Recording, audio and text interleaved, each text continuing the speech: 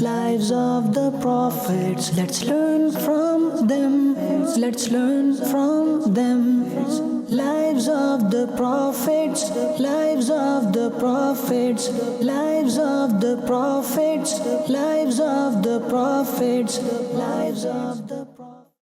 الحمد لله رب العالمين والصلاة والسلام على سيد الأنبياء والمرسلين أما بعد فأعوذ بالله من الشيطان الرجيم بسم الله الرحمن الرحيم الصلاة والسلام عليك يا رسول الله وعلى آلك وأصحابك يا حبيب الله والصلاة والسلام عليك يا نبي الله وعلى آلك وأصحابك يا نور الله.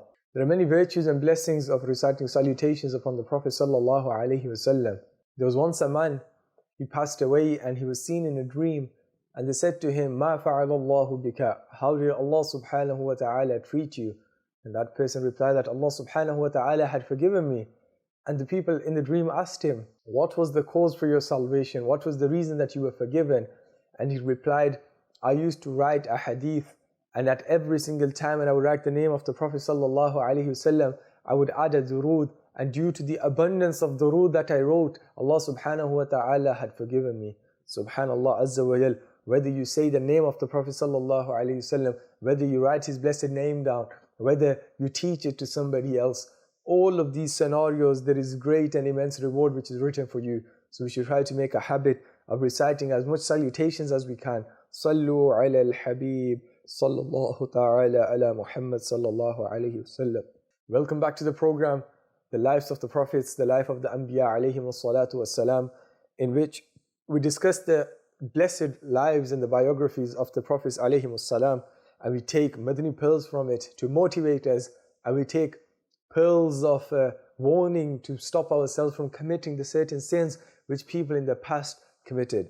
Now we have covered an extensive length of the Anbiya alayhim salam, all the way from Prophet Adam alayhi salatu wassalam, along to Ibrahim and further from there. But the Prophet we are going to talk about today has a very amazing story, has a story that which we can all gain something from, which we can all learn something from. And this is the story and the test of Prophet Ayyub alayhi salatu wassalam.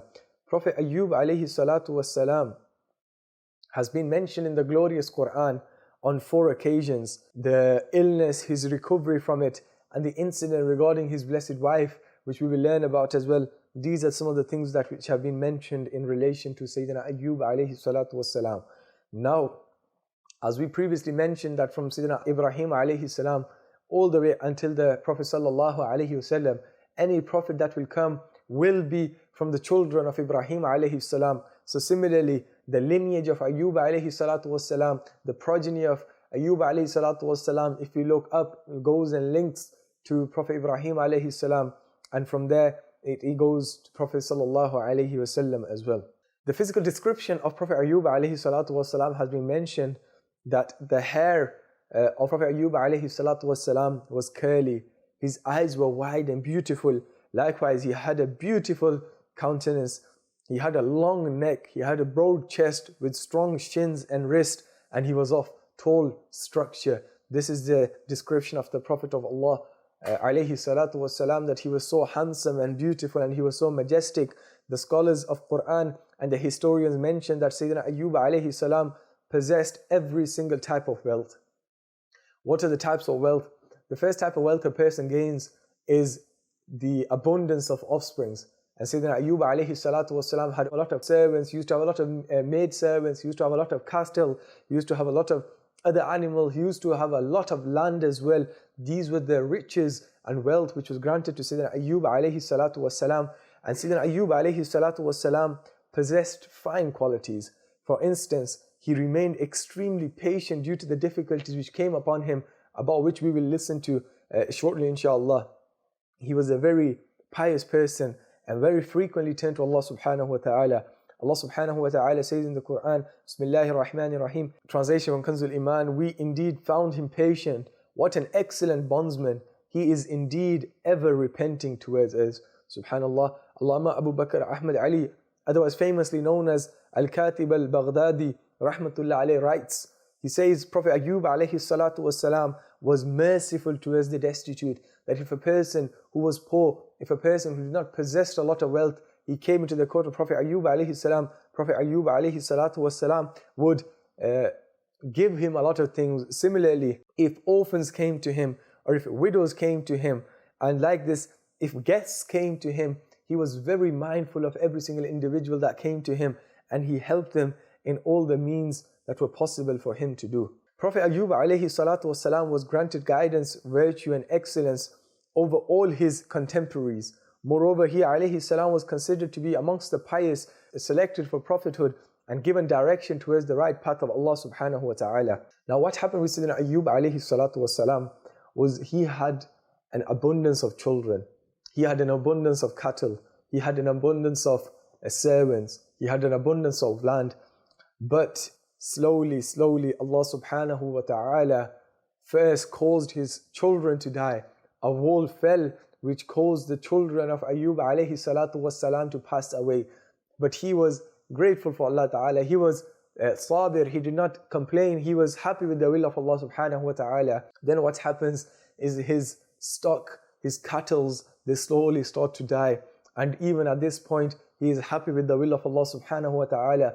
Then all his servants, they leave, his maid servants leave. He is still happy upon the will of Allah subhanahu wa ta'ala. Then the land which he had, Allah subhanahu wa ta'ala took that away from him.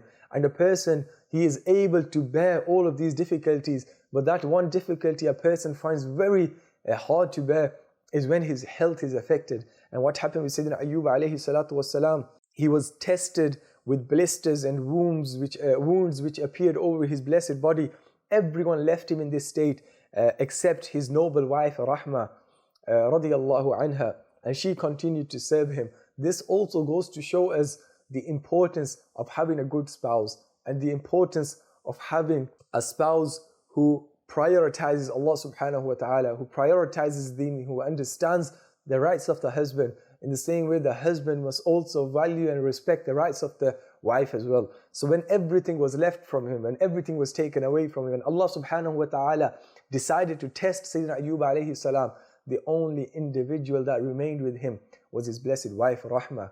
And this is why it's very important that when we choose our life partners, when we choose a person who we are going to spend the rest of our lives with, we do not only look at physical beauty, we do not only look at the lineage of that individual, we do not only look at the wealth of that individual, but the Prophet ﷺ said that summary of which is, when you are going to choose a spouse, then choose the one who is the closest to Allah in their deen, the one who has the most religion.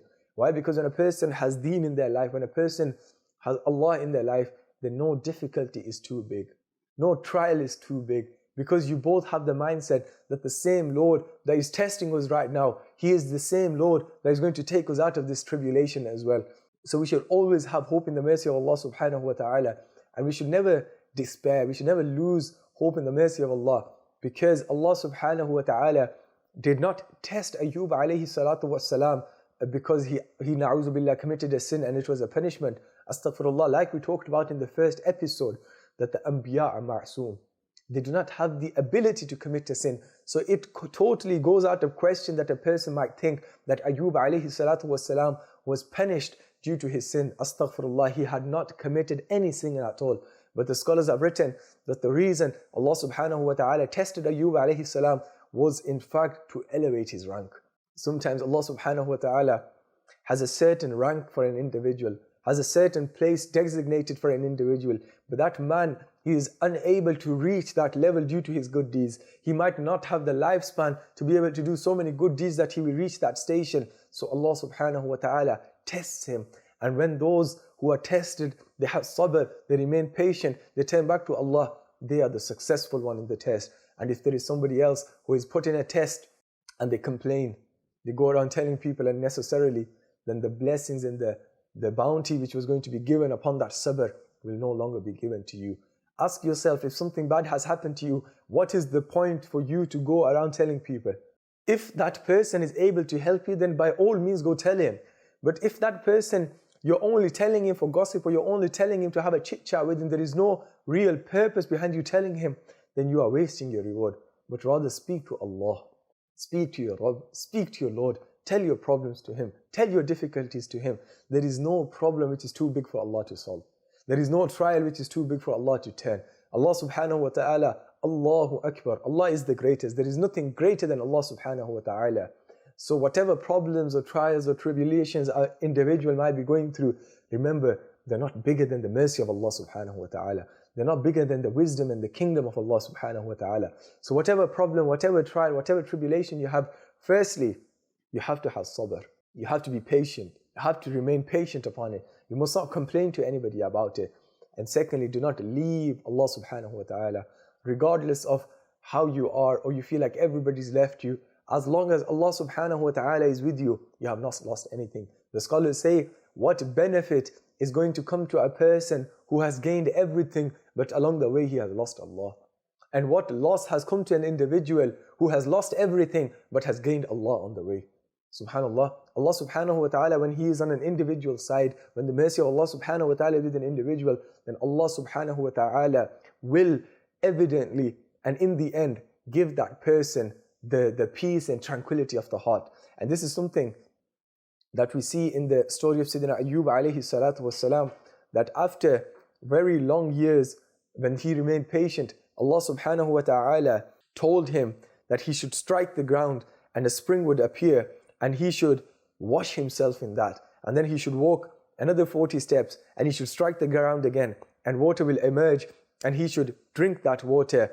And due to that, Allah subhanahu wa ta'ala, firstly when he walked and he struck the ground and the water which came out and it came upon his body, due to that Allah subhanahu wa ta'ala removed the external difficulties which were on the body of Sayyidina Ayyub alayhi salam. And then when he went later and he drank the water, Allah subhanahu wa ta'ala resulted in giving him his health better than before. And because he was patient, Allah subhanahu wa ta'ala returned youth to him and his wife, and they once again had children. They once again were enriched by camels and goats and cattle and sheep. Their wealth came back. Allah subhanahu wa ta'ala, due to their sabr, returned the slaves, returned the female slaves, the maid servants, everything, all the wealth, all those blessings which he had before his test, Allah subhanahu wa ta'ala returned them to him.